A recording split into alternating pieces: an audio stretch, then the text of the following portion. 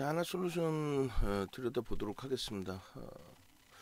일단 하나솔루션의 경우는 지금 뭐 하반기 기준 또 연간 단위 기준 또 2020년 이후의 기준에서 전부 다 월등한 주가 흐름을 가져가고 있어요. 시장 대비해서 월등하게. 우리는 주력주를 설정을 할 때에 지금 뭐 많이 휘청되고 있습니다만 IT, 자동차, LG화학 이렇게 세 가지를 주력주로 설정을 하고 있고, IT의 경우는 하이닉스를 제외하고 나면은 우리가 선정한 삼성전자, 삼성전기, LG전자는 시장 대비해서 그래도 상대적인 강세를 띠고 있어요. 하반기 기준에 하이닉스가 지금 오늘까지도 상당히 버거운 그 흐름이 된 거죠. 어찌됐든 결론적으로 IT 쪽의 흐름과 또 자동차 휘청되긴 했습니다만 자동차의 일단 어찌됐든 가격 반발력의 기준, 그리고 LG화학도 말도 안 되게 단기적으로 급격한 조정을 받았습니다만 일단은 LG에너지솔루션과의 디커플링 상황 속에서의 탄력적인 가격 반발력, 시가총액 순위가 미끄러지진 않았어요. 사실은 뭐 SDI하고 서로 왔다 갔다 한 부분은 있습니다만 결론적으로 주력을 우리가 이렇게 잡아놓고 그 다음에 우리나라 정책의 기준에 방산주 기준, 거기에서 현대로템과 한국항공우주를 들여다보고 있는 거고요. 미국 정책의 기준에서는 이제 2차 전지의 기준에 기존에 이제 뭐 여러 종목에 대한 공략을 했고 차익 실현을 했고, 지금은 포스코 케미칼 위주로 들여다보고 있죠. 변동성 종목의 기준에 금양, 그리고 신재생 에너지 태양광 기준에서는 일단은 어찌됐든 OCI 쪽은 이제 별도로 보고 있고 하나솔루션을 비중을 높여서 설정을 하고 있습니다. 전체 포트폴리오 기준에서는 오히려 주력주들 쪽을 15%로 설정을 해놓고 현대로템과 하나솔루션을 20% 비중으로 확대를 해서 넣어놓은 그런 상태예요. 그래서 일단 뭐 지속적으로 12월에도 지속적으로 방송에서든 또 카톡방에서든 개장 전 공략주 기준으로 이렇게 오픈을 계속 해드리고 있습니다. 14일 개장 전 종목으로도 계속 올려드렸어요. 일단은 오늘 기준에서 하나솔루션의 기준이 굉장히 그래도 탄력적인 흐름으로 잘 마감이 되어줬다라고 말씀을 드립니다. 거래량만 더 수반됐다면 뭐 10%까지도 기대해 볼 수 있지 않았을까라는 생각을 해요. 펀더멘탈적인 부분에 있어서는 저평가라고 볼 수는 없습니다만 그렇다고 고평가로 인식하지 않아요. 저평가가 아닌 이유는 뭐 PBR은 1.09배면 뭐 무난합니다. 근데 PER 기준에서 10배, 내년 기준에 10배다라고 한다면 이 부분에 대해서 부정적이진 않아요. 근데 화학업종 기준에서 이제 뭐 예를 든다면 롯데케미칼 순수 화학만 하는 경우에는 4배에서 6배 사이의 PER이 형성이 됩니다. 그런데 하나솔루션은 순수 화학만 하는 게 아니고 태양광의 기준을 설정을 해서 보고 있는 거죠. 태양광의 기준에 하나솔루션이 급격하게 이제 태양광에서 긍정적인 효과를 본 것은 2020년 들어서면서 미국의 공화당 정부가 이제 트럼프 대통령이 연임보다는 민주당 쪽으로 좀 승기가 잡히지 않나 이런 해석이 있었고요. 또 미국의 민주당 쪽으로 승기가 잡힌다 그런 내용이 만약에 반전의 기준에서 공화당이 연임을 하게 된다라고 해도 일단은 뭐 테슬라를 비롯해서 친환경 관련 종목군들의 흐름이 부정적이지 않았다는 거죠. 어찌됐든 민주당 정부 들어서면서 또 그 기대 요인과 함께 2020년도에 강세를 띄었고 실질적인 태양광에서의 실적 개선 폭은 2021년도에 완벽한 좀 흑자 기준이 잡혔습니다. 일단은 그 부분이 이제 중요한 부분 중에 하나는 OCI 같은 경우에 지금 실적 범위의 해석이 굉장히 저평가 상태로 인식이 돼요. 근데 외국인 기관 메이저들이 매수를 안 하죠. 그러한 이유는 OCI 같은 경우에 태양광 쪽의 효과로 인해서 급격한 실적 개선이 됐는데 그거는 미국의 민주당 쪽의 친환경 정책에 의한 부분이라는 거죠. 전통에너지의 사용을 제한시키고 그러니까 세금을 좀 부과하다 보니까 그런데 그렇게 되기 위해서 그게 이제 완전히 안착되기 위해서는 태양광을 썼을 때 전통 에너지를 쓰는 것 대비해서 굉장한 효과가 있든가 가격적인 부분이 뚜렷해 돼야 되는데 예를 들면 경유 가격이 너무 많이 올라서 뭐 휘발유하고의 차이점을 가격적인 메리트를 못 느낀다면 의미가 없잖아요. 그런 개념입니다. 그래서 뭐 정책이 금방 바뀌지는 않겠지만은 정책에 힘입어서 매출이 증가하고 이제 뭐 영업 마진이 나오기 시작하고 한 부분이 정책이 꺾인다면 바뀐다면 어떻게 될까? 그 우려감이 있는 거고 또 한 가지는 지금 당장은 그럴 일은 이제 없으니까 실적이 계속 좋게 나오겠구나라는 생각이 있지만 좀 뭐 획기적인 가격 인하를 할 수 있는 기술적인 면이 부각이 될 수 있다든가 이런 게 제한적이라서 그래서 OCI가 수급이 제한적으로 유입되는 것이다라고 해석할 수 있어요. 그러니까 하나솔루션도 이제 그런 맥락에서 조금 리스크 관리는 좀 해야 된다는 거죠. 저평가는 아니고 그렇다고 뭐 고평가로 볼 수는 없다. 이 실적이 그래도 형성이 되어준 기준은 급격히 지금 개선이 됐잖아요. 순이익 같은 경우도 그렇고 개선된 부분은 태양광 쪽에서의 실적 개선폭이 특히 이제 올해 작년 올해 완벽하게 그리고 올해 같은 경우는 이제 7월 28일 날 2분기 실적 발표가 나오는데 태양광 쪽에 예상치 못했던 영업이익 시장에서 예상치 못했던 영업이익이 큰 규모로 흑자가 나왔어요. 그렇게 되면서 어닝 서프라이즈에 대한 해석 그렇게 되면서 하루에 7월 28일 날 20% 수준의 강세를 띠는 모습도 연출했습니다. 그때가 시가총액 7조 수준이었어요. 7조 수준일 때 20%. 지금 뭐 9조 원대니까 그렇다면 뭐 10% 변동성은 뭐 충분히 나와줄 수도 있지 않느냐 요 개념입니다. 지금 1년 전에 컨센서스가 뭐 예를 들어 작년 말이죠. 1조였다라고 한다면 영업이익에 대해서 지금은 1조 1천억. 그러니까 대부분의 종목군들, 업종군들의 기준에 실적 전망치가 하회되는 것이 일반적인데 하나솔루션은 이때 꺾였다가 그 다음부터는 뭐 계속 상향의 기준입니다. 그러니까 금리를 인상하든 안 하든 우리는 갈 길 간다. 정책에 힘입어서. 그리고 지금의 위치는 저평가냐 아니냐 그 논란의 기준에서 이걸 보시면 돼요. 밴드의 어느 위치에 있느냐. 하단부 쪽으로 가깝죠. 최근에 2017년 이후에 형성됐던 주가 중에서 지금의 실적을 감안했을 때 하단부에 저평가 상태로 인식할 수 있는 구간에 놓여져 있다. PBR이 이제 보신 것처럼 1.09배라서 의미 뭐 부여할 필요는 없겠고요. 여러 가지 이슈들이 있었어요. 뭐 말씀드린 것처럼 미국의 이제 정책적인 부분, 민주당 정책에서의 기준이죠. 민주당에서는 그 정책 부분을 어떤 식으로 민주당 정책 기준은 친환경으로 가는데 그 부분에 대해서 미국의 환경청이 좀 과도하게 뭐 석탄업체라든가 이런 쪽에 온실가스 배출 상한 규제 권한을 들이밀어서 세금 부과를 좀 더 했다든가 이게 이제 월권으로 판명이 납니다. 그렇지만은 이 이슈가 정책을 바꾸지는 않아요. 근데 만약에 다음 공화당 정부의 기준에서는 그렇게 된다면 청정대기법에 대해서 공화당은 이건 과하다, 월권이다. 그렇게 된다면 어떻게 될까요? 친환경 정책에 대해서 조금 흔들리는 흐름이 나올 수도 있다는 거죠.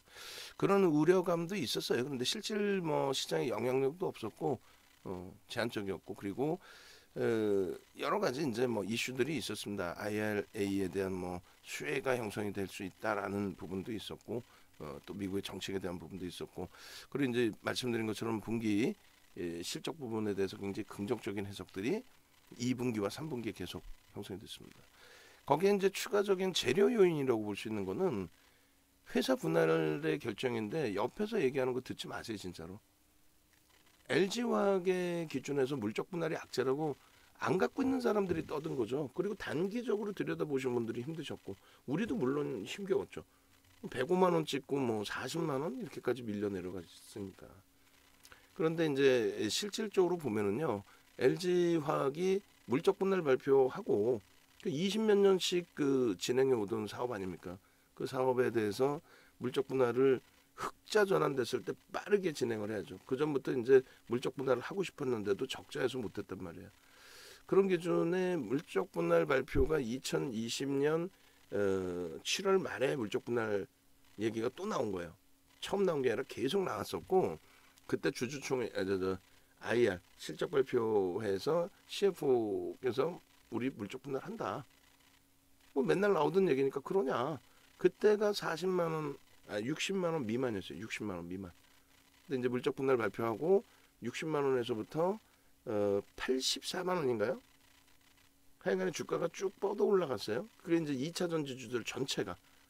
그러고 난 다음에 뭐 리콜 2번 맞고 뭐 여러 가지. 그래서 조정을 받았는데 LG화학만 받은 게 아니라 전체 조정을 받았어요. 그리고 물적 분할 언급 나오기 전 수준으로 되돌아간 게 아니고 60만 원 살짝 이탈되고, 그게 언제 11월 1일 10월 말에 임시주총하고 외국인 지분이 50%에 달하는데 임시주총하고 대부분의 외국인이 찬성하고, 그러고 나서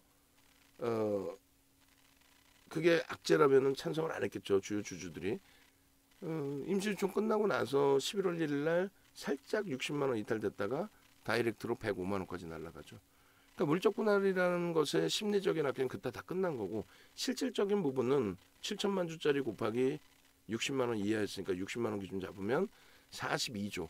지금은요, 어찌 됐든 45조 이상 또 50조를 넘겼었고, LG에너지솔루션의 지분 가치 81.84% 해주면 그게 한 100조 정도 돼요. 뭐 할인율을 갖다 붙인다 해도.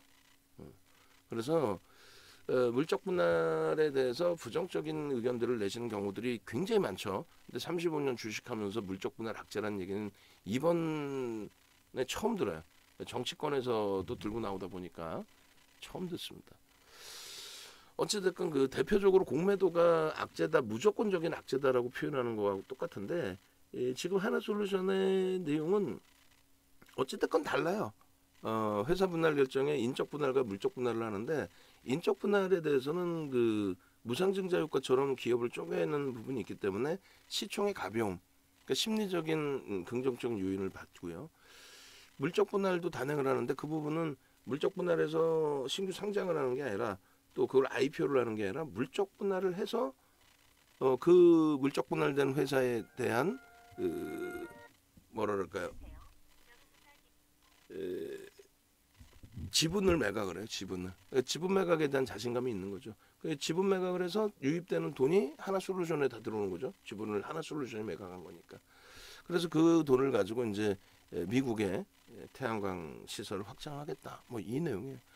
그렇기 때문에 회사 분할 결정 내용도 지금 뭐 9월 말에 나온 내용인데 쏙 들어갔습니다만 굉장히 긍정적인 내용인 거고, 모멘텀이 되죠. 그리고 그룹 차원에서 이제 경영권 승계 작업을 하는 거죠. 세금 뭐 불법은 아니고 뭐 편법이라고도 해야 되나요? 하여간에 세금을 좀 덜 내기 위한 절세 그 기준, 절세할 수 있다면 절세하겠다, 뭐 이런 식의 기준이, 그게 뭐 부정적이라고 볼 수는 없겠죠. 어찌됐건 그룹 재편 과정 속에서 하나 에어로스페이스 그리고 하나 솔루션으로 완전히 뭐 주축이 나뉘어지게 됩니다. 근데 하나 에어로스페이스의 대우조선해양의 인수와 또 한국항공우주에 대한 대우조선해양을 통한 인수 부분, 이런 게 불거져 있는데, 그 자금에 대한 부담 요인이 뭐 시장에서 좀 언급이 되긴 했습니다만, 일단은 하나솔루션하고는 상관이 없는 상황이 됐어요. 그러니까 그 부분도 이제 악재는 아니라는 거고.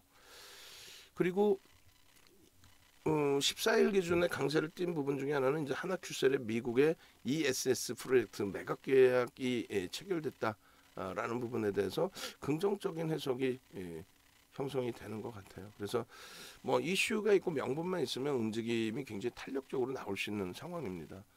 12월 14일 뭐 개장 초부터 거래량은 다소 못 미치긴 했습니다만, 프로그램 쪽의 수급이 일부 들어오고, 전체적인 추세 긍정적이고 시장의 흐름 긍정적이었기 때문에 편입, 그리고 그 편입에 대한 이 문자를 발송을 계속 해드린 거죠. 이 문자의 기준에 추가 편입에 대한 범위를 우리는 1, 2% 설정 범위를 잡아놨어요.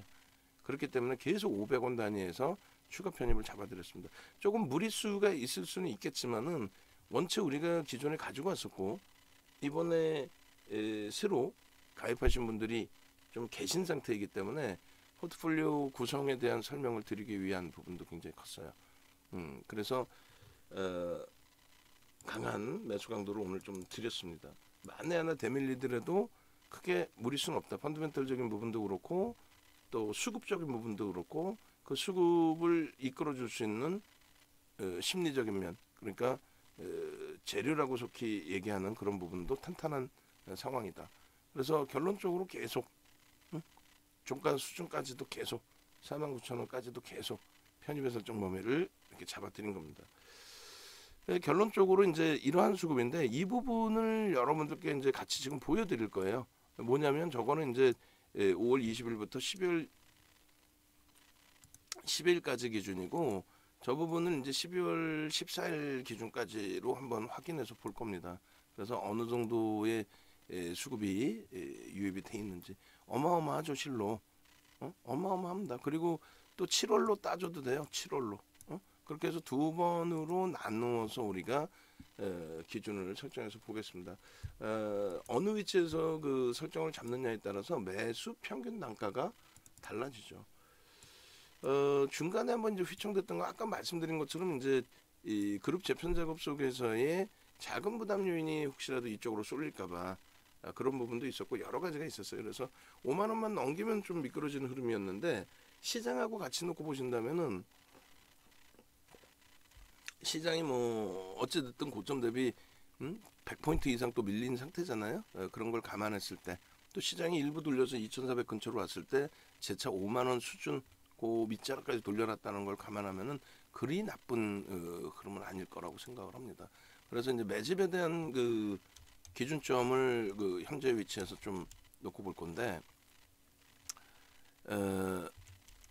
일단 하나솔루션 기준에서 5월 20일부터의 기준, 그다음 7월 25일 기준 두 번을 나눠서 볼 겁니다. 지금 아마도 셀트리온하고 서로 이제 그 엎치락뒤치락 할 텐데 1조 매수를 했거든요. 1조 둘 다. 근데 셀트리온은 시가총액 규모가 얼마입니까? 25조짜리. 얘는 주가가 올라와서 9조 5천억이에요. 그러니까 하나솔루션보다 2배 정도 시가총액이 높죠. 그러니까 뭐 동일하게 비교할 수는 없어요. 금액만 가지고는. 지분율로 놓고 보셔야 되는데 이쪽이 월등합니다. 지분율로 놓고 보실 때 일단 1억 9,100만 주짜리 종목인데 하나솔루션의 지금 매수 물량이 2,279만 주, 2,280만 주 반올림해서 2,280만 주 기준이 되고요. 이 부분은 그 11월 23일보다 소폭 증가한 거예요. 우리가 이제 마지막 잘라드릴 때가 11월 23일 날 잘라드렸고, 요걸 이제 계산을 해보겠습니다. 그래서 1억 9,100만 주 그냥 그렇게 딱 잘라서 계산을 할게요. 2280 나누기 1억 9,100만 주 해주면 11.94%. 그러니까 0.21% 정도를 더 편입을 한 기준이 됩니다. 금액 기준으로는 약 1조 470억 정도, 1조 470억 정도의 매수이고요. 그리고 안타깝게 매직 금액 기준으로 2위야. 동네 창피해. 그죠? 안타깝게 2위입니다. 그래서 그 부분에 대해서 뭐 캡처를 하나 하고요. 그다음 차트 부분도 같이 들여다 볼 거예요. 그래서 요 기준에 잠시만요. 한 번 더 자를게요. 그렇게 해서 수급 범위가 상상을 초월하는 수급이다. 그리고 12%에 달하는 매집이 형성돼 있다. 그럼 12%의 매집이 돼 있을 때에는 매수 평균 단가 대비해서 이제 들어 올릴 수 있는 범위, 뭐 이런 설정 범위를 우리가 가져가거든요. 그러니까 하나 솔루션의 기준에 22년 5월 20일부터 22년 12월 14일까지의 매집 규모 2위이고요. 그리고 평균 단가 이제 좀 더 볼 겁니다. 그리고 가격하고 다 볼 거예요. 7월 25일부터도 한번 보시죠. 7월 25일 기준에서 조회를 하시면은 기존에 이제 4위였어요. 7월 25일 이렇게 보시면 기존에 11월 23일까지 기준에서는 매직 금액 1위였나요? 오케이. 1이었는데 제가 약간 착각을 했네요. 그렇게 해서 14일 기준까지 하나솔루션 지금도 1이네요. 그죠? 매매 금액 기준 주식수 기준은 1696만 주, 1696만 주, 40만 주 정도 더 들어온 걸로 설정이 된 거고, 이 부분도 똑같이 이제 나눠줄게요. 1억 9,100만 주로. 그러면 1억 6,096만 주 나누기 1억 9,100만 주 해주면 8.80이네. 8.8? 8.88이네요. 반올림에서. 그죠? 8.88 정도 수준이 된다. 금액 기준으로는 8,247억 47억 원 정도 형성이 된 거고요. 그렇게 해서 이제 1차, 2차 매직 구간 설정 범위를 잡은 건데, 요건 뭐 의미가 없을 것 같아요. 이렇게 빼버리고, 그렇게 해서 7월 25일까지 해서의 기준의 매수 평균 단가와 또 5월 20일 기준에서의 매수 평균 단가, 그리고 매집에 대한 목표 주가 설정 범위가 어떻게 형성되는지, 또 우리 종목은 어디 위치에 놓여져 있는지, 이런 부분 하나하나 다 들여다볼 수 있겠습니다. 7월 25일 이렇게 놓고 보시고, 그 다음에 요 기준에서 이제 이 한번 보시죠. 수급 범위 매집 평균 단가를, 투자자별 매집 평균 단가. 그러니까 지금 원고 작업하시는 분들은 이 하나솔루션에 대해서 수급 범위 차트로 잡아 주셔야 돼요. 그렇게 하시고, 그 다음에 어디서 누적 수급 들어가는지 거기까지는 안 봐도 될 것 같아요. 5월 20일 이후에 편입 단가, 개인들이 46,300원 정도 수준에서 물량을 뺏겼습니다. 그죠? 46,280원, 46,300원이라고 보면 될 것 같아요. 그럼 46,300원 평균 단가, 그리고 매집 단가,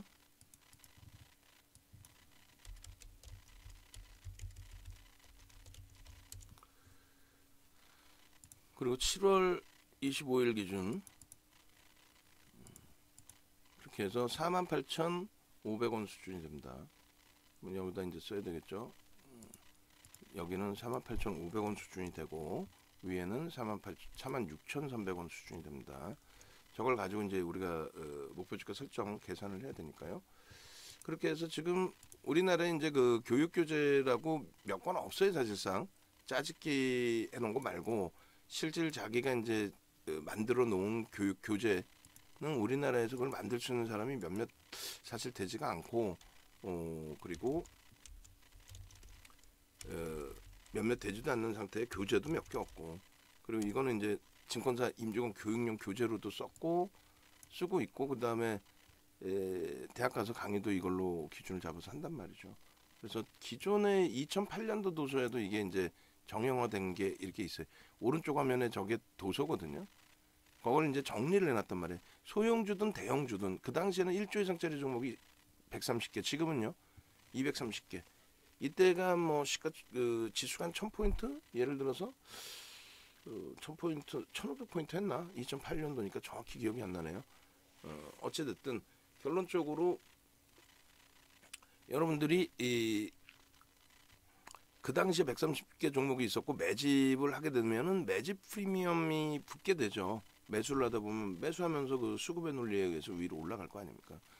결론은 이제 저 정도의 주가를 견인해야 된다, 그 내용인데, 1차적으로 목표 주가 설정 범위가 이제 20% 정도 설정이 잡힌다라고 한다면 얼마예요? 46,300원 곱하기 120 해주면 55,500원이 일단은 1차 목표 주가로 형성이 된다라는 겁니다. 2차 목표 주가 설정 범위도 마찬가지예요. 46,300원 곱하기 130%, 그럼 6만원 정도. 그리고 3차 46,300원 곱하기 150%, 그러면 거의 뭐 7만원 수준. 그리고 마찬가지입니다. 48,500원의 평균 단가 곱하기 얼마요? 130%는 63,000원. 그리고 똑같네요. 여긴 거의 48,500원 곱하기 150%. 그럼 72,700원인데 73,000원으로 해놓을게요. 결론적으로 요 목표 주가까지 굉장히 멀어요. 그러니까 프리미엄이 하나도 없어요. 프리미엄이 하나도 없어요. 그래서 요 목표 주가를 설정할 수 있다. 그러니까 실질적으로 요거만 놓고 볼 수도 있다는 거. 요거만. 밑에 거 뭐 5월 20일까지 필요 없어. 하반기에 7월 25일 이후에 얼마큼 매집했니? 우리나라에서 가장 많이 매집했다. 그 내용입니다. 그거를 이제 차트로 한번 놓고 볼 텐데 월봉이 이제는 조금 나오긴 하는데 이게 자꾸 수급이 나왔다 안 나왔다 해요. 근데 어찌 됐던 간에 이 하나솔루션이라는 이 종목에 대한 누적 수급 범위 보시면은 결론적으로 이제 5월 20일부터의 누적 수급 범위는 이렇게 해서 설정을 잡아드릴게요. 그리고 이 위치 있잖아요. 이 몸통을 돌리는 그 흐름, 그거는 뭐 당연히 넘긴다고 볼 수 있지 않을까요? 수급 범위가 최하단 부분 그리고 최고점을 찍었던 그런 위치, 예? 그런 고점의 위치를 전부 다 넘기고 있어요. 전부 다 넘기고 있잖아요. 엄청나게. 그래서 이게 손바뀜의 수급이 됐든 뭐의 기준이 됐든 어찌됐건 그 눈으로 보여지는 외국인들 기관들이 뭐 샀든 어찌됐건 개인들이 이만큼 뺏긴 거예요. 개인 누적 수급이거든요. 이 정도로 물량을 뺏겼는데 저 몸통을 못 돌린다? 그러니까 원래 이제 몸통의 기준이 요자락이었잖아요. 요자락을 다 넘기고 나서 뭐 5만 원 수준입니다. 다 넘기고 나서 좋았는데 결국은 이게 이렇게 그 눌려진 이유 중에 가장 큰 게 뭘까요? 사실은 지수죠. 지수 사실. 근데 이거 보시면은 완전히 N자예요. 지수도 N자. 지수도 N자로 갈 수밖에 없어요. 인플레이션 효과 부분이 어떻게 되겠어요? 농심 라면값 올렸잖아요. 시가총액 오를 수밖에 없죠. 급격하게 시장 점유율 깨지지 않는 한. 농심이 뭐 점유율이 깨지면은 뭐 오리온 있잖아요. 오리온이 아니라 어디야? 오뚜기 있잖아요. 그런 식으로 시장에서는 인플레이션 효과 부분이 지수에 연동될 수밖에 없고 거기에 살아남는 업종군이 계속 움직일 수밖에 없어요. 시장 대비 월등히 강하죠. 저점 대비 428% 올라와 있는 거예요. 시장은요. 시장은 대략적으로 2200포인트라고 기준 잡으면 2100포인트, 2000포인트 뭐 어찌됐건 2200을 잡아줘도 2200 대비해서 지금 뭐 2400이면은 10%가 안 되잖아요. 시장 대비 어마어마하게 올라온 거죠. 그게 주도력을 가져온 주도주라는 거예요. 그 주도주의 경우는 정부의 정책의 기준에 또 미국의 정책의 기준에 그 기준에 기준이 잡힌다. 결론적으로 N자형 패턴의 기준의 흐름 그렇게 된다면 목표주가 설정 범위의 기준도 이자락을 넘겼을 때의 위치가 어느 위치가 목표주가예요? 우리 배웠잖아요. 안 배우신 분들은 자료 교육 자료 달라고 하십시오. 나 교육 자료 주세요. 그거 다 준다는데 왜 나는 안 줘요? 라고. 그래서 홈페이지에 보시면 교육 자료를 드리잖아요. 네이버에서 윤정도 검색하셔서 오시면 유료 회원님들은 이 오른쪽에 보시면 2022년도 또 그 이전 거 이게 11시간짜리 9시간짜리 5강이에요. 그래서 한 강당 110만 원에 9시간짜리 5개가 있는 건데 이거 다 받으시고 그리고 22년도 거 다 받으시고 이거 다 불기둥 회원님까지들 다 드릴 테니까 그리고 VIP 회원님들 그다음 VVIP 회원님들 다 드릴 테니까 여기 보면은 기본적인 거 다 들어가 있어요. 그래서 22년도 거도 대략 25시간입니다. 그 이전 거 바로 밑에 있는 거는 9시간짜리 5개 파트별로 뭐 캔들부터 해서 뭐 이평선부터 해서 변동성부터 해서 그래서 그거를 꼭 여러분들 걸로 만드세요. 그래서 지금 모니터링 하시는 분, 디자인 하시는 분도 모르시면 채팅으로 계속 물어보셔야 돼요. 이 몇 번째 얘기예요 오늘 벌써. 모르면 물어봐야지. 모니터링 하고 있어요만 하면 뭐 할 거야.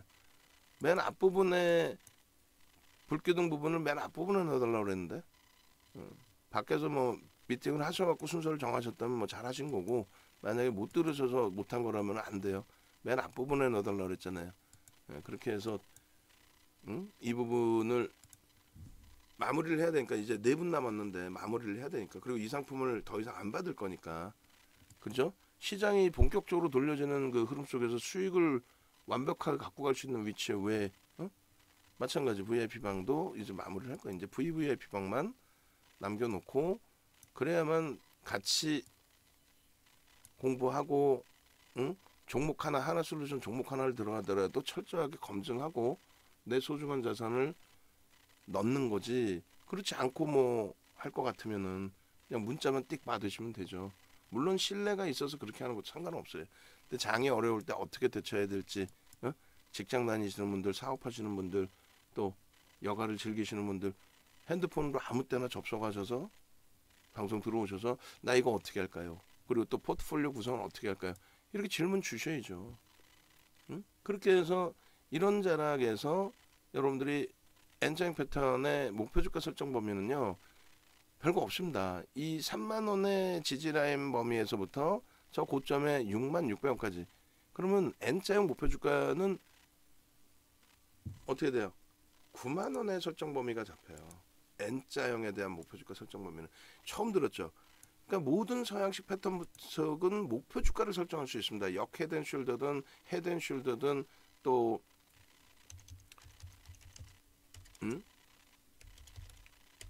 N자형 패턴이든 V자형 패턴이든 원형형이든 뭐 쇠기형이든 모든 거는 목표 주가를 설정할 수 있어요. 그거를 다 해놨어요. 제가 정리를 해놨단 말이에요. 그럼 얘도 이렇게 지워놓으면요. 지워놓고 다시 보실까요? N자형 패턴? N자형 패턴에 안 지우고 그래도 되는 건데 그랬네. N자형 패턴의 기준에 이걸 아예 밑에도 빼버릴게요. 수급 빼고 그러고 나서 N자형 패턴을 그려드리면 이렇게 되어 있습니다. 뭐 시장도 N자인데 시장도 마찬가지라고 표현을 드려요. 확정치 범위가 아니기 때문에 이렇게 해서 이걸 N자형 패턴이라고 표현을 할 수 있겠죠. 여기서 이렇게 잡을 거냐 아니면 첫 번째 바닥에서 끊어서 잡을 거냐. 어찌됐든 이 그림에서 여러분들이 돌리는 기준점이 있잖아요. 이 돌리는 기준은 대칭으로 해서 그 기준만큼 대칭을 벗어나 있다 할지라도 속도의 면은 그 기준만큼으로 설정이 된다라는 거고 목표의 설정 범위는 윤정두가 정형화를 해놨단 말이에요. 어떤 식으로 N자형 패턴의 기준에 이렇게 정형화를 해놓습니다. 이게 뭐냐면 요 꼭지점의 높이만큼 요거를 이렇게 할게요. 왜냐하면 저 꼬리가 몸통이 아니기 때문에 꼬리기 때문에 잘려지니까 이 높이만큼 어디서부터 기준을 잡아요? 여기서부터 기준을 잡습니다. 이게 뚫려야 N자가 되는 거예요. 안 뚫리는데 뭔 개뿔이나 N자야 이게. 그죠? 그럼 뚫리는 구간에서부터 똑같은 높이의 기준점. 그럼 여기가 얼마입니까? 3만 원에 6만 원이죠. 그럼 얼마에 3만 원도 올라가니까 그게 9만 원입니다. 목표가 얼마요? 써드릴게요. N자형 기준의 목표. 이거 이제 우리 박영훈 대표님이 이거 뭐 옆에다 글씨 쓰면 되지 뭐 이렇게 지저분하게 해놓냐라고 해놓는데 뭐 몰라 할 줄 모르니까 이렇게 할래 그냥 저는 목표 어떤 목표인데요? N자의 목표죠. 그럼 N자 목표 N자의 목표 N자의 목표는 얼마? 9만 원이 된다는 거예요.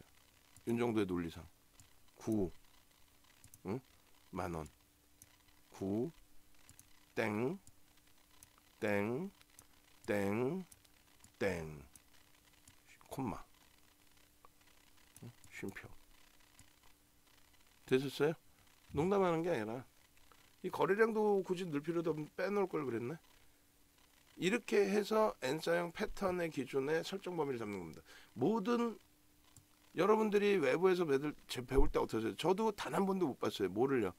N자형 패턴이다. 예를 들어서 N자형 패턴이다. 그러면 N자형 패턴에 대해서 목표 주가를 어떻게 설정하는지 이런 게 없어요. 목표 주가를 설정한다는 자체를 말하는 사람이 없어요. 왜? 배워본 적이 없거든. 그냥 주워 들었거든. 그러니까 그냥 인터넷 떠도는 거 정리해서 자기 거 그냥 N자형 패턴이에요. 그럼 뭔데요? N자로 가요. W자형 패턴이에요. W자로 가요.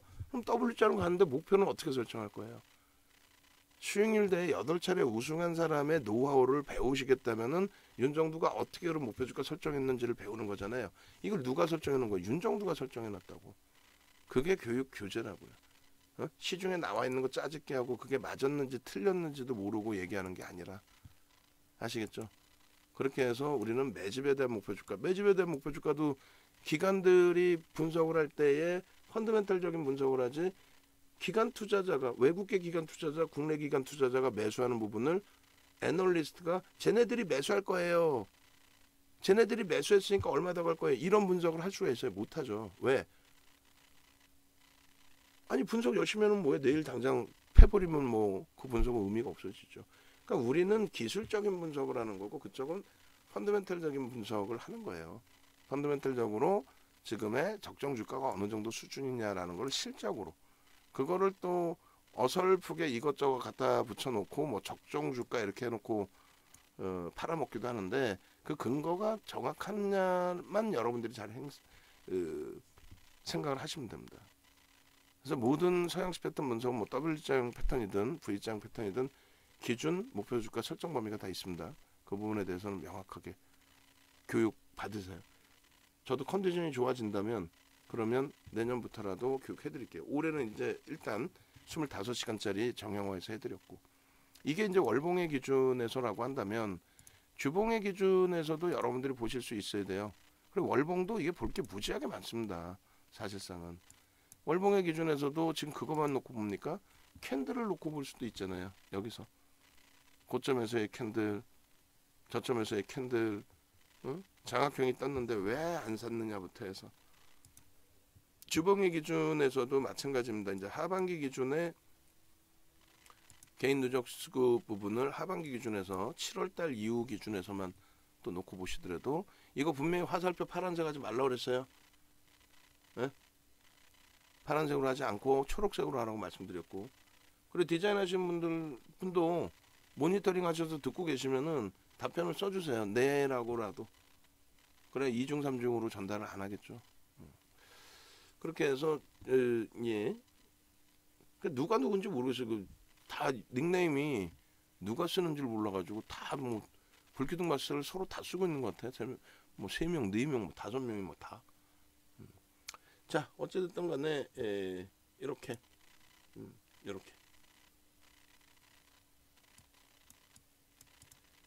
이렇게 해서 일단은 요 기준에 이제 뭐 예를 든다면 수급 범위의 흐름이 있고 추가적으로 이런 기준이 있죠. 캔들 범위의 기준.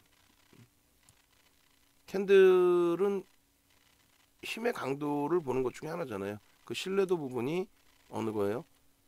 거래량의 부분이 신뢰도가 형성이 되어 있는 거죠. 나머지 부분도 이제 거래가 수반되면서의 흐름이었기 때문에 지속적으로 사실 여기까지도 거래 대금이 수반되어 있는 기준이라서 편입 설정 범위가 되어 있다라는 거예요. 마지막 자락에서는 꼬리 달리고 내려왔다고 뭐 저기서 차익 실현이다. 그렇죠. 꼬리에서 이제 차익 실현 범위를 설정할 수는 있는데 일단 올라갈 때 기준에서는 여기서 꼬리가 양봉으로 형성돼 있었겠죠. 그렇기 때문에 이 부분을 편입 설정 범위를 잡는 거예요. 여기까지도. 뭐 무조건적으로 다 성공한다가 아니라 정리되고 나서의 흐름. 그리고 이제 요 기준에서 우리는 삼선 전환도를 놓고 보니까 그리고 또 여기까지가 음봉으로 미끄러져 내려온 기준이 되겠죠. 그럼 뭐예요? 하락 장악형의 기준이 형성이 되죠.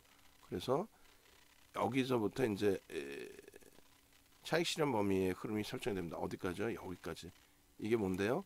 바닥을 인식하는 구간까지. 그러고 나서 변형, 샛별형의 기준이 뜨고요. 음봉의 윗꼬리는 몸통이다라고 형성을 한다 그랬어요. 그렇게 해서 변형, 샛별형의 기준이 형성이 되고 거래를 아름아름 실어놓고 움직임을 줬기 때문에 다시 요 자락은 편입 기준의 설정 범위가 됩니다. 물론 그 수급 논리에 의해서 요 부분이 이제 뭐 하락 장악형까지 완벽하게 진입되지는 않았기 때문에 유지하면서 중립적인 범위의 기준 또 요 정도가 이제 어떻게 됐을까요? 요렇게 됐겠죠. 그럼 뭐예요? 상승 잉태 확인형의 기준이 돼서 편입의 기준도 여기도 설정이 되는 겁니다. 그러나 이제 뭐 개별 매매 기준에 밀끄러져 내려왔을 때 기술적으로는 요 자락에서 뭡니까? 하락 장악형의 기준. 매매가 원활하신 분들은 당연히 여기서 거래가 없죠. 하락의 반전에서는 거래의 의미를 부여하지 않습니다. 그리고 나서 지금의 범위입니다. 주봉의 기준인데 이 부분의 흐름이 멈춰지지 않도록 시장이 강화되고 여기도 수급이 강화되고 거래가 실리면서 당연히 돌려지는 흐름. 그래서 거래 부분이 가급적이면 이렇게 주간 단위 1,500만 주. 그러려면 하루에 진짜 뭐 천만 주 가까이 막 터져줘야 되는데 글쎄요. 일단 나머지 이제 목요일 금요일 날 어떻게 형성이 될지는 좀 더 지켜봐야 될 것 같고요. 이렇게 해서 설정 범위를 잡아가면은 크게 뭐 무리수는 없을 것 같아요. 이게 주봉의 기준입니다. 캔들까지 엮어서 캔들의 기준과 수급 범위까지. 그러니까 뭐 이 기준을 이제 뭐 캔들이 아닌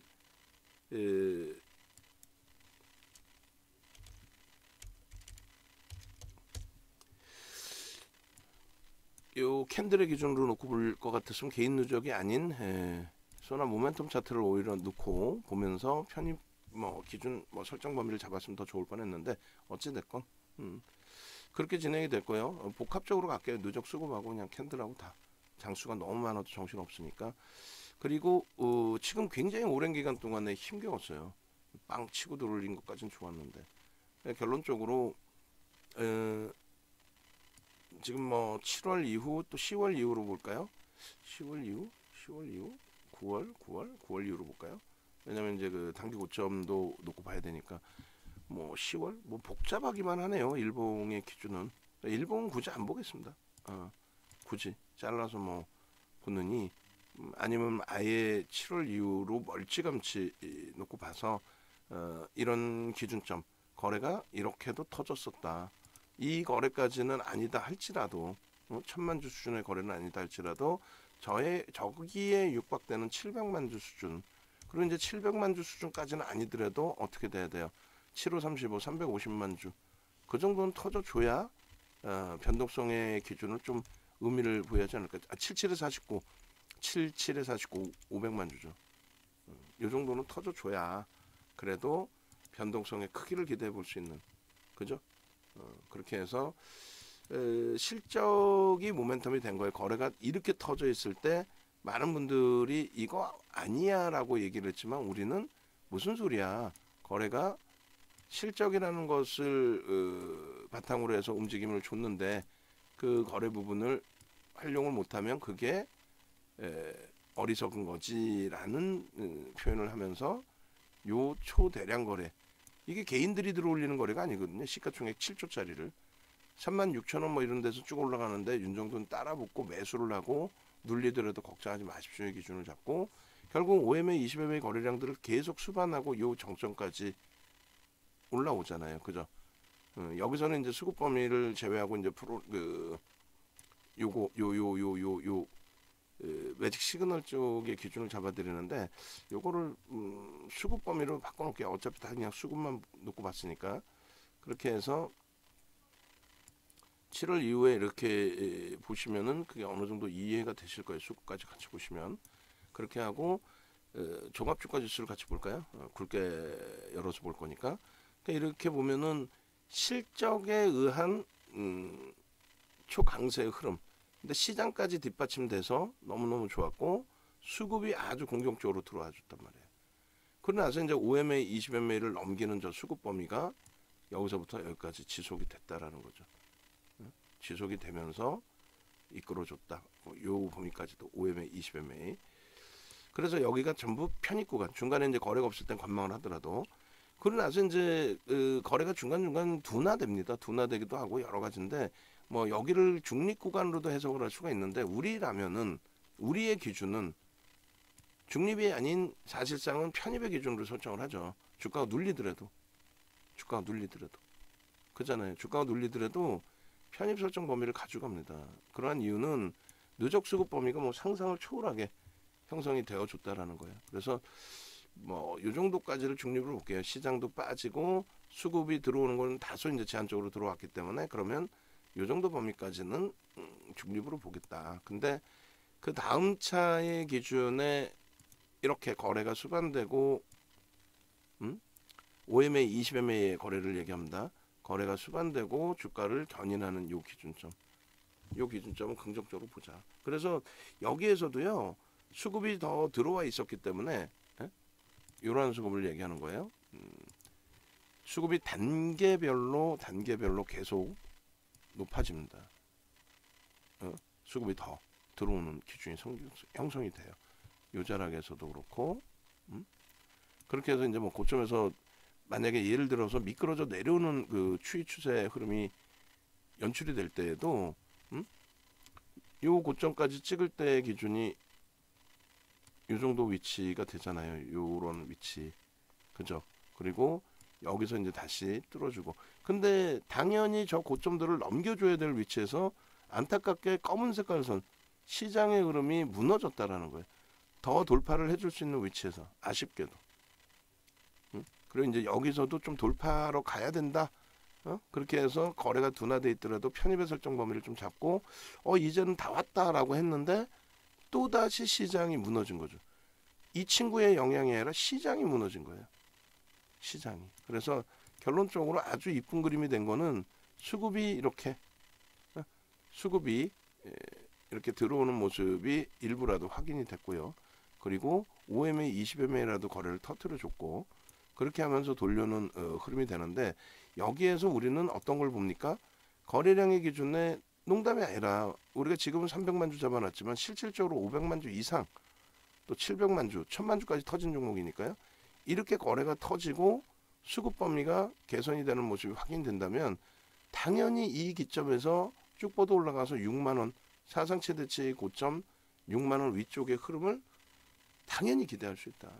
요 고점은 당연히 넘기는 거죠. 이 고점을 넘길 만큼의 수급은 이미 오래전에 형성이 돼 있다. 아시겠죠? 그래서 굉장히 복잡한 것 같고 하지만 그 부분을 여러분들 스스로가 좀 이겨내실 수 있어야 돼요. 그래서 마지막으로 이제 우리 불기둥방 또 스페셜방 이렇게 들어와 계시는데 이제 라이브 방송 쪽도 있으시고 뭐 스페셜방도 있으시고 또 불기둥방도 이렇게 있으신데 안타깝게 이제 오늘 들어오신 우리 쉬어가자 천신만고 선생님 그러니까 이게 이제 나중에 돼서 우리 모니터링 하신 분들도 잘 들으셔야 될 게 나중에 돼서 이제 원래는 이제 그 선배분들께서 장이 좋을 때는 막 수익 나고 신나잖아요. 장이 좋을 때는 선배분들이 이 방에 오시면 한 일주일 정도만 뭐 방안 흐름 잘 보시면 될 거예요. 수익을 목적으로 오셨잖아요.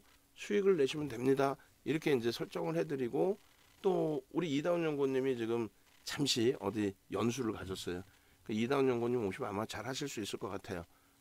또 전문가들도 마찬가지예요. 본인들의 전문가들도 배우는 전문가들 입장에서는 본인들의 매출의 기준이 잡혀야 되고 또 매출을 떠나서 회원님들이 불편함이 없어야 된단 말이에요. 그러면 그것을 설명해 줄 수 있어야 돼요. 지금 말씀 주시는 내용이 그잖아요. 자료가 너무 많이 올라와. 뭐 정신이 하나도 없어. 이거 뭐 어떻게 하라는 거야. 근데 말씀 계속 드렸잖아요. 수익이 목적이잖아요. 그래서 저도 제 나름대로 설명을 드리는데 주력주 그리고 수익 종목 무지 많죠. 근데 우리 전체적인 종목은 몇 개예요? 사실상은 주력주 3종목 그 중에서 이제 뭐 성향에 따라서 IT 하나, LG화학 하나, 자동차 하나 이 3종목을 15% 비중 15%, 45%. 그 다음에 하나솔루션 그 다음 방산 2종목 중에서 현대 로템 지금으로서는 2종목 5종목이잖아요. 그리고 2차전지 포스코케미칼 6종목이죠. 6종목에 이제 뭐 예를 들어서 SM을 전체 포트폴리오는 편입 설정으로 잡아놓은 부분이 있고 또 그렇지 않고 지금 현재 기준에 카카오뱅크 페이가 뭐 14일날 눌리고 마감되긴 했지만 카카오뱅크를 11월 초에는 20% 비중까지 설정을 했죠. 그런 기준까지 다 한 번씩 해석해 놓고 보실 수 있는 거예요. 그래서 결론적으로 우리가 이제 하반기 기준에 뭐 복잡해 보이고 정신없어요. 근데 문자는 오늘 나간 게 하나솔루션에 대해서 문자 나갔고 그 다음에 위메이드의 문자가 나갔고 위메이드 하나솔루션 2종목 그리고 현대 로템 나갔네 3종목인가요? 그렇게 하고 이제 뭐 변동성 종목 하나 나간 것 같긴 한데 또 어찌됐건 거기에 뭐 LG화 근데 처음에는 문자도 많이 오는 것처럼 느껴질 수 있는데 아니죠. 종목 딸랑 뭐 하반기부터 6종목 여기서는 이제 조정이 좀 있고 이제는 또 10월 이후에 포트 7종목에서 비중이나 종목의 교체가 일부 있고 그 다음에 11월 이후에 포트에서도 비중이나 종목의 교체가 일부 있고 그 다음에 이제 12월 포트 12월 포트에서도 우리도 여전히 지금 9% 마이너스 7% 종목별로는 뭐 이만큼씩이나 마이너스입니다. 시장이 이제 일부 돌리고 있는데 우리는 자신감이 있죠. 시장을 견인할 자신감을 이 종목군들이. 그래서 뭐 예를 들면 하이닉스, LG화학, 현대차, 우리 정현님들 이 비중, 그리고 하나솔루션, 현대로템, 포스코케미칼 이 비중, 그리고 SM 여기에서 이제 뭐 자율적으로 주력주에서 뭐 비중을 조금 다르게 가져가신다든가 나는 죽어도 이 종목은 싫어요라든가 그리고 여기에서 수익 종목에서 카카오페이하고 뱅크가 없어요. 나 그거 조금 늘 거예요. 요 정도 수준이면 돼요. 나머지 금양이든 뭐 무슨 뭐 위메이드든 이런 종목은 진짜 여유 자금 일부만 들어갑니다. 그렇게 대처하시면 돼요. 그래서 뭐 며칠 정도만 지나시면은 제가 판단할 때는 다 방안에 적응이 되세요. 적응이 되셔서 보통들 이제 뭐 예전 같으면 선배분들이 일주일만 하시면 돼요. 그러면 뭐 수익이 나와요. 다른 데보다 명확하죠. 하나솔루션 이 한 종목을 들여다보는데도 우리는 지금 1시간에 걸려서 종목을 들여다본 겁니다. 응? 그렇게 해서 그 내용들을 계속해서 이제 우리가 가져가게 되는 거고, 그죠? 가져가게 되는 거고 또 그 내용들을 여러분들이 하나하나 여러분들 걸로 만드시게 되는 거고. 그렇게만 한다면 뭐 하나솔루션에 대해서 별거 나쁠 거 없어요. 원고 준비 뭐 하나솔루션 할 것도 없네요. 우리 그 원고 준비하시는 분들, 그죠? 그렇게 하시고 가급적이면 그래서 라이브 방송으로 오시라고 말씀드리는 거예요. 가급적이면 라이브 방송으로 오세요. 그렇게 해서 이렇게 설명도 듣고 궁금하신 내용 질문 주시고 또 포트폴리오를 보내주세요. VIP방, 불기둥방 다 해드릴 테니까 뭐 시장도 어렵고 힘드시다면은 제가 뭐 밤을 새서라도 포트폴리오 구성 다시 잡아드리면 되니까 기존 우리 종목을 갖고 계시든 다른 종목을 갖고 계시든 아시겠죠? 그렇게 해서 함께 제발 좀 수익 내시자고요. 그리고 뭐 핑거스토리 같은 경우에 오늘도 변동성이 나와서 시가총액 작지만 거래대금 2위 종목에서의 수익, 위메이드의 수익 가져가신 분들 계신다면은 철저하게 차익 실현 기술적 분석, 차익 실현 순절 명확하게 하실 것을 권해드립니다. 내일도 주력주에서 오늘 정도 수준이면 딱 좋아요, 그죠? 그리고 이렇게 탄력이 나올 때 결론적으로 우리는 변동성 종목까지 같이 볼 수 있다. 자, 여기까지 해드리고 음악 올려드리고 전체 주력 포트폴리오 다시 한번 수급 범위 점검해 드리도록 하겠습니다.